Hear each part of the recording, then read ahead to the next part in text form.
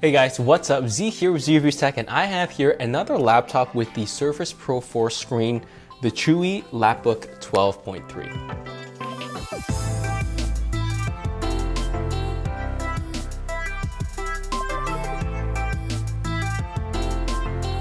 So to be honest, I was pretty excited about the specs in this laptop. First, you have that amazing Surface Pro 4 display, and then you also have 6 gigs of RAM, so many ports, and an okay sized battery as well. I was honestly pretty excited about the laptop, but as you will see, there are some disappointments in this laptop here. So first, starting with the build quality, this thing is rock solid. There's almost zero flex and the body just gives a really reassuring feel. When you open up the laptop, the screen does wobble a little bit, and you do see some really big bezels around the screen, which does not look like that in the promo pics. And there's also a lot of space around the keyboard and trackpad that could be utilized better.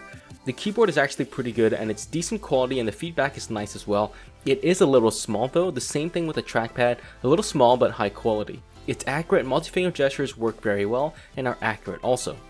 Moving on to ports, Chuwi made the right call packing in as many ports as they could find, 2 USB ports, a micro SD card slot, and a mini HDMI port. I am a little bit sad that there is no USB-C port though. Moving on to the display, it's absolutely dazzling. The screen makes anything look great. If you're an ugly person, take a pic and look at it on the screen, problem solved. Colors are vivid and saturated, yet still don't look too oversaturated like an AMOLED, and detail is just incredible also. Pretty much on par with the Cube Thinker, the High 13, and maybe very slightly less good, but almost not noticeable. One problem though, max brightness stops at 50%, so once you go past that, the brightness doesn't increase anymore. This is definitely a software issue and Chuwi has to take care of that ASAP. Even at 50%, it's too bright to use indoors sometimes. The audio quality is okay, volume is great, it's very loud, but the audio is a bit imbalanced. The mids and highs are way louder than the bass and there is a bit of bass, but the mids and highs just overpowered. At max volume, the audio is also a bit unclear, but still fine for general purpose audio.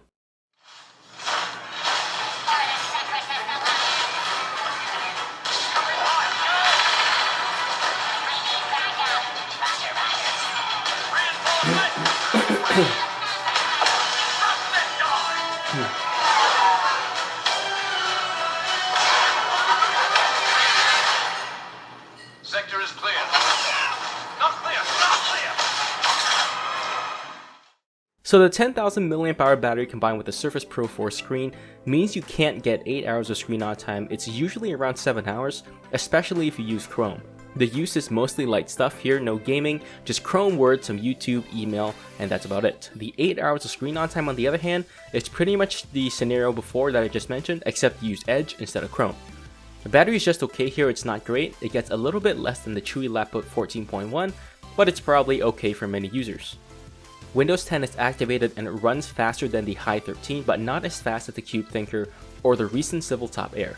The eMMC hard disk is pretty slow in Crystal Disk Mark, and the slow hard disk does affect you in some situations. If you are running basic stuff, it's fine, but if you're doing something hard disk intensive like copying a file or installing a program, then the entire computer pretty much freezes, so you can't do anything until that specific task is done. Chrome runs fine, Edge also, I don't really see any issues with basic stuff. I also tried GIMP, which is pretty much Photoshop, but it was kind of slow. And I was also getting some really severe overheating that you cannot detect by just touching the laptop, even when doing heavy Chrome stuff, way higher than 90 degrees. Gaming is actually okay. I was able to play Dota 2 at 1280 by 800 at around 25 to 30 frames per second, but the problem here is how small the hard drive is, so you cannot really store that many games on it, and the other problem is that gaming also heats up the CPU a lot, so it starts throttling back.